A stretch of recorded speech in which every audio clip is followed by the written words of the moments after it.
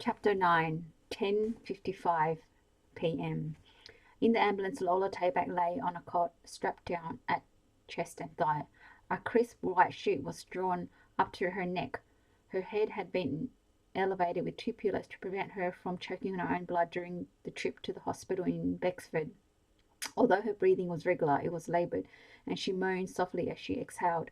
Behind the ambulance, at the open bay door, Sam stood with Anson Crowell, Thorpe's night deputy. "All right, let's go through it one more time. What happened to her?" "She was attacked by a rapist," the deputy said, as Sam had programmed him to say.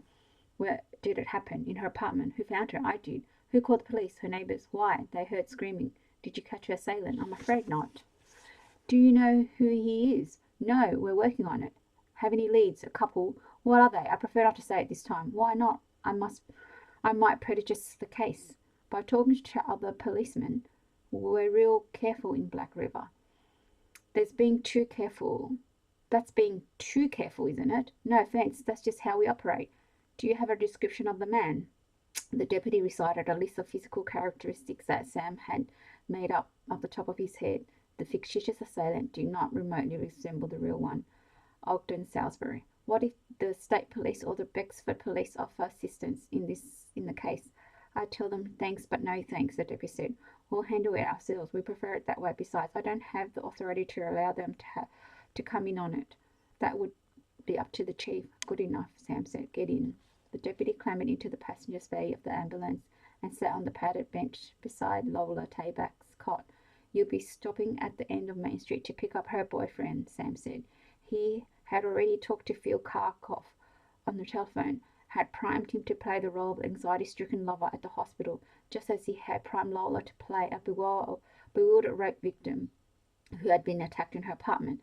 "Phil will be staying at the hospital with her, but you will come back as soon as you've learned she's going to be okay." "I understand," Crowell said. Sam closed the doors. He went around to the driver's window to reinforce the story that he had planted in the mind of the night duty volunteer fireman who was behind the wheel. At first it seemed that there was no way to break through Salisbury's iron resolve, no way to open him up and make him talk. He was in great pain, shaking, sweating, dizzy, but he refused to make things easier for himself. He sat in Thorpe's office chair with an air of sorrow that simply did not make sense under the circumstances. He leaned back and gripped his shoulder wound and kept his eyes shut.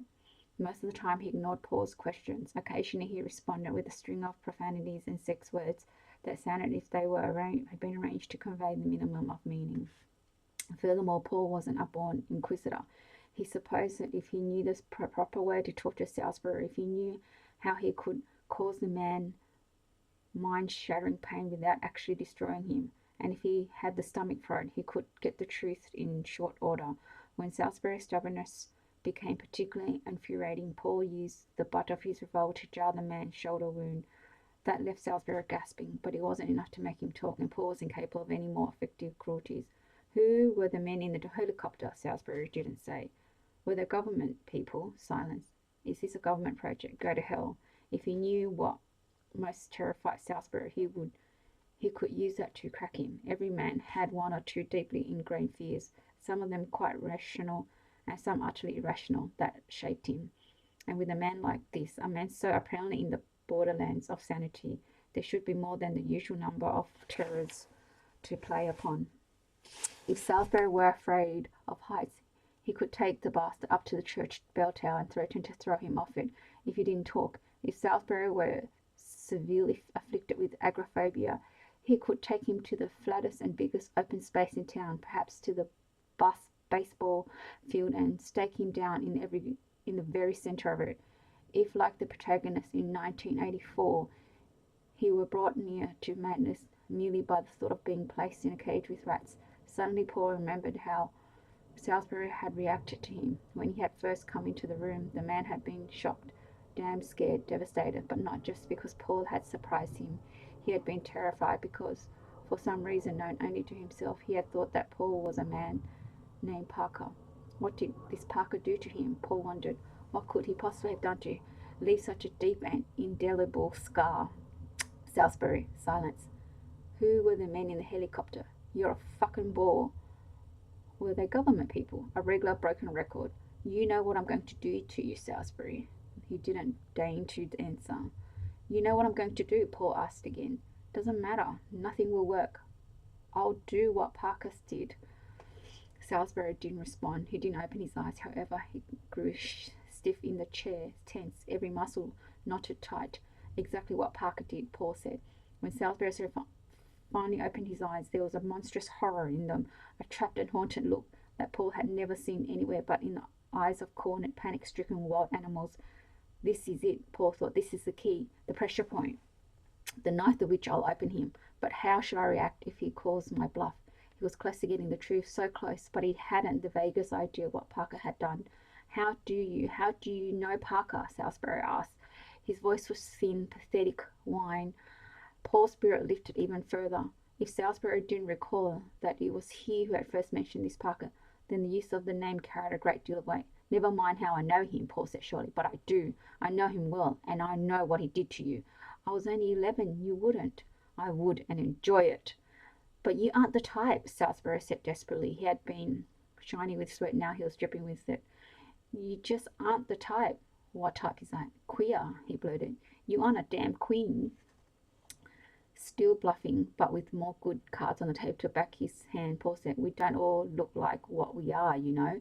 Most of us don't advertise it. You were married. Doesn't matter. You had children, Paul shrugged. You're sniffing around that Edison bitch. Have you ever heard of AC/DC? Paul asked. He grinned. Salisbury closed his eyes. Ogden? He said nothing. Get up, Ogden. Don't touch me. Lean against the desk. I won't get up. Come on. You'll love it. No, I won't. You'll love it from Parker. That's not true. You're the type I'm not. Admitted. He didn't move. A talent for Greek. Salisbury winced. No. Lean on the desk. It hurts. Of course. Now get up and lean on the desk and drop your pants. Come on. Salisbury shuddered. His face was drawn and ashen. If you don't get up, Ogden, I'll have to throw you out of this chair. You can't refuse me. You can't get away from me. You can't fight me off. Not when I've got the gun. Now, when your arm's all torn up like that. Oh, Jesus God, Salisbury said miserably. You'll love it. You'll love the pain. Parker told me how much you'll love the pain. Salisbury began to cry. He didn't weep gently or quietly, but let go with great raking sobs.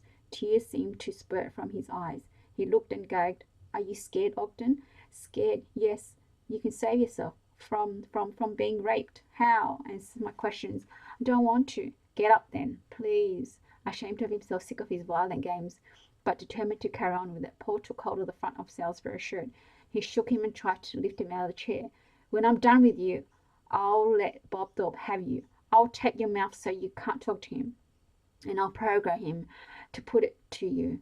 He was incapable of doing that, of course, but Salisbury obviously believed he would, and not just Thorpe, others, half a dozen others. With that, Salisbury's resistance dissolved. Anything. I'll tell you anything, he said, his voice distorted by the wretched sobbing that he couldn't control. Anything you want. Just don't touch me. Oh, Jesus, don't touch me. Don't make me undress. Don't touch. Don't. Still twisting Salisbury's shirt in his left hand, leaning towards the man, nearly shouting in his face, Paul said, who were those men in the helicopter? Unless you want to be used until you are raw, you better tell me who they were. Dawson and Klinger. There were three. I don't know the pilot's name. Dawson Klinger. First names? Leonard Dawson and the Leonard Dawson, yes, and Ernest Klinger. Is Klinger a government man? He's an army general. Is that a military project? No. A government project? No, Salisbury said. Paul knew all the questions. There was no point in the rapid-fire interrogation at which he had to hesitate, and there was never a single moment when Salisbury dared hesitate. Ernest Klinger crouched behind a yard-high wall of shrubbery across the alleyway from the municipal parking lot, stunned, confused. He watched them load the woman into the white Cadillac van with the words Black River Emergency painted in red letters on the side. At 11:02, the ambulance pulled out of the parking lot, swung into the alley, and from there onto North Union Road, it turned right towards the square. Its bright red flashes washed the trees and the buildings, and sent crimson snakes of light wriggling along the wet pavement. The bearded white-haired man who stood in the parking lot was Sam Edison. Klinger recognized him from a photograph that he had seen in one of the rooms above the general store. Little more than an hour ago, Edison watched the ambulance until it turned east at the square. He was too far away from Klinger to get a shot at him where uncontrollably. When the ambulance was out of sight, he went inside the municipal building. Have we lost control of the town? Klinger asked himself. Is it all coming down on our heads? The field test, the plan, the projects, the future. Sure as hell looks that way. Sure does. So is it time to get out of Black River, out of the country with a big bundle of cash and the phony identity Leonard provided? Don't panic, another part of him thought. Don't be rash. Wait. See what happens. Give it a few minutes. He looked at his watch. 11:03. Thunder rumbled in the mountains. It was going to rain again. 11:04. He had been hunkered down for so long that his legs ached. He longed to stand up and stretch. What are you waiting for? Waiting here for, he asked himself. You can't plan your strategy without information. You've got to reconnoiter. They're probably in Thorpe's office. Get under those windows. Maybe you can hear what they're up to. At 5 minutes past the hour, he hurried across the valley. He dodged from car to car in the parking lot and then to the thick trunk of a pine tree. Just like in Korea, he thought, almost happily, or Laos in the late 50s, just like it must have been for the younger guys in them. Commando work in an enemy town, except this time the enemy town is American. 11:05 p.m. Sam stood in the doorway and studied Ogden Salisbury, who was still in the spring-backed office chair. To Paul, Sam said, "You're sure he told you everything?" "Yes." "And that everything he's told you is true?" "Yes." "This is important, Paul." "He didn't withhold anything," Paul said. "And he didn't lie to me. I'm sure of it." Stinking of sweat and blood, crying quietly, Salisbury looked from one to the other of them. Does he understand what he's saying? Paul wondered. Or was he broken, shattered, unable to think clearly, unable to think at all? Paul felt unclean, sick to his soul. In dealing with Salisbury, he had descended to the man's own level. He told himself that those were, after all the 1970s, the very first years of a brave new world, a time when individual survival was difficult, and when it counted for more than all else, the age of the machine and of the machine's morality. Perhaps the only era in the entire span of history when the end truly justified the means, but he still felt unclean. "Then the time has come," Sam said quietly. "One of us has to do it. A man named Packer apparently raped him when he was 11 years old," Paul said. He was speaking to Sam, but was watching Ogden Salisbury. "Does that make any sense?" Sam said. "It should." "Does it make any difference that Hitler might have been born a syphilitic parent? Does it make any difference that he was mad? Does that bring back the 6 million dead?" Sam was talking softly, but with tremendous force. He was trembling. "Does what happened to him when he was 11 justify what he did to Mark? If Salisbury wins, if he takes control of everyone, does it matter what happens to him when he was 11? "There's no other way to stop him," Paul asked, although he knew the answer. "We've already discussed that." "I guess we have." "I'll do it," Sam said. "No, if I can't get up the courage here, I won't be any help to you later." With Dawson and Klinger, "We may be in a tight spot with one of those. You'll have to know that you can count on me in the clinches." Salisbury licked his lips. He glanced down at the blood-soaked front of his shirt, then up at Paul. "You aren't going to kill me. You aren't, are you?" Paul raised the Smith & Wesson Combat Magnum, letting go of his left shoulder, reaching out as if to shake with one bloody hand. Salisbury, "Wait, I'll make you a partner. Both of you partners." Paul aimed at the center of the man's chest. "If you're partners, you'll have everything you could want, all the money you could ever spend, all the money in the world. Think of it." Paul thought of Lola Tabak. "Partners, that doesn't mean just money, woman. You can have all the women you want, any woman you want, no matter who they are. They'll crawl to you. Or men, if that's what you like. You can even have children, little girls, 9 or 10 years old, little boys, anything you want." Paul thought of Mark, a lump of frosted meat jammed into a food freezer. And he thought of Raya, traumatized perhaps, but with a chance to live a halfway normal life. He squeezed the trigger. The .35 Magnum bucked in his hand because of his revolver's impressive kick, which jolted Paul's from hand to shoulder. In spite of the fact that he was using .3 special ammunition rather than magnums, the bullet was high. It tore through Salisbury's throat. Bloods and bits of flesh splattered the metal firearms cabinet. The roar of the shot was deafening. It bounced back and forth between the walls, echoed inside Paul's skull, reverberated as it would forever in his memory. He squeezed off another round. That one That one took Salisbury in the chest, nearly rocked him and the chair backwards onto the floor. He turned away from the dead man. Are you going to be sick? Sam said. Sam asked. I'm all right. He was numb. There's a toilet in the end of the hall to your left. I'm okay, Sam. You look. I kill men in the war. Kill men over in Asia, I remember. This is different. I understand that in the war it's always with rifles or grenades or mortar. It's never from 3 feet with a handgun. I'm fine, believe me, just fine. He went to the door, pushed past Sam, stumbled into the corridor as if he had tripped, turned left, ran to the washroom and threw up, scuttling sideways like a hermit crab, the Webley ready in his right hand. Klinger reached the western flank of the municipal building and found that the lawn there was fluted with glass. He hadn't made a sound on his run through the shrubbery. Now pieces of glass snap and crunch under his shoes, and he cursed slightly. One of the windows in the police chief office was broken, and a few of the slates in the Venetian blinds were bent out of shape, providing a convenient peephole for his reconnaissance work. As he was rising up to have a look inside, cautious as a suspicious mouse sniffing the cheese in the trap, 2 shots exploded virtually in front of his face. He froze, then realized that he hadn't been seen, that no one was firing at him. Through the twisted slates of the blind, he could see 2/3 of Thorpe's starkly furnished and somewhat sterile office. Grey-blue walls, a pair of 3-drawer filing cabinets, and an oak work table, a bulletin board with an aluminium frame, bookshelves, most of a massive metal desk, and Salisbury, dead, very dead. Where was Sam, Edison, and the other, Annandale, and the woman, the little girl? There appeared to be no one in the room except Salisbury, Salisbury's corpse. Suddenly afraid of losing track of Edison and Annandale, afraid that they might somehow get away or sneak around behind him, afraid of being outmaneuvered, Klinger turned from the windows. He lopped to the end of the lawn, then across the parking lot and the alleyway. He hid behind the hedge again when he commanded a good view of the back door of the municipal building. When he came out of the washroom, Sam was waiting in the corridor for him. Feel better? Yeah, Paul said. It's rough. It'll get worse. That it will. Christ. What did you learn from Salisbury? Who were those men in the helicopter? Leaning against the wall, Paul said. His partners. One of them was H. Leonard Dawson. I'll be damned. The other one is General, United States Army. His name's Ernest Klinger. Scowling, Sam said. Then this is a government project. Surprisingly, no. Just Salisbury, Dawson and Klinger, a bit of private enterprise.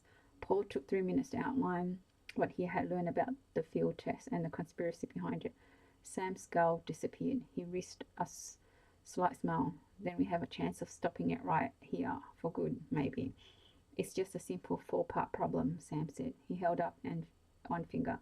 Kill Dawson, 2 fingers. Kill Ernest Klinger, 3 fingers. Destroy the data in the computer at the house in Greenwich, 4 fingers. Then use the key lock code to restructure the memories of everyone in town who's seen or heard anything to cover up every last trace of the field test. Paul shook his head. I don't know. It doesn't sound so simple to me. For the moment, at least, positive thinking was the only sort of thing that interested Sam. Oh, bless me. It can be done. First, where did Dawson and Klinger go when they left here? To the logging camp. Why? Quoting Salisbury, he told Sam about Dawson's plan to organize a search in the mountains. But he and Klinger won't be at the camp now. They intend to fall back to the mill and establish a sort of field headquarters there once the manhunt was underway. There are about 80 or 90 men working on the night and graveyard shifts up there. Dawson wants to post a dozen of them as guards around the mill and pack the rest of them off to join the search beyond the logging camp. Any guardsy posts are worthless, Sam said. We'll use the code phrase to get past them. We'll move in on Dawson and Klinger before they know what's happened. I suppose it's possible. Of course it is. But what about the computer entering, which we can deal with that later, Sam said. How do we get to it? Didn't you say Dawson household staff is programmed, according to Salisbury? Then we can get to the computer and the cover-up. Here, we'll manage how. That's the least of our problems. You're so goddamn optimistic. I've got to be. So do you. Paul pushed away from the wall. All right, but Jenny and Ryan must have heard the shots. They'll be worried. Before we go to this meal, we should stop back at the church and fill them in. Let them know where we all stand. Sam nodded. Lead the way. What about Salisbury? Later. They left by the rear door and started across the parking lot towards the alley. After a few steps, Paul said, wait. Sam stopped, turned back. We don't have to sneak around the long way, Paul said. We're in control of the town now. Good point. They circled around the museum building and went out to East Main Street. 11:45. Klinger stood in the velvety darkness, 2/3 of the way up the bell tower stairs, listening. Voices drifted down from above. Two women, a man, a child, Edison and Jenny Edison, Annandale and his daughter. He now knew what had happened in Black River, what the carnage at Thorpe's office signified. He knew the extent of these people's knowledge of the field test and of all the working, planning, and scheming that lay behind the field test, and he was shocked. Because of what he had heard, he knew that they were motivated to resist, at least in part for altruistic reasons. He didn't understand that. He could easily have understood them if they had wanted to seize the power of the subliminals for their own. But altruism, that had always seemed foolish to him. He had decided a long time ago that men who screwed power were far more dangerous and deadly than those who pursued it, if only because they were so difficult to fathom, so unpredictable. However, he also knew that these people could be stopped. The field test wasn't an unmitigated disaster, not yet. They weren't going to win as easily as they thought. They hadn't yet brought him to or Dawson to ruin. The project could be saved. Overhead, they finished discussing their plans. They said goodbye to one another and told one another to be careful and wished one another luck and hugged and kissed and said they would pray for one another and said that they really had to get on with it. In the perfect darkness, without a flashlight or even a match to show them the way, out of sight, around 2 or 3 bends in the long spiral staircase, Sam Edison and Paul Annandale started down the narrow, creaking steps. Klinger's own hurried descent was masked by the noise that the two men made above him.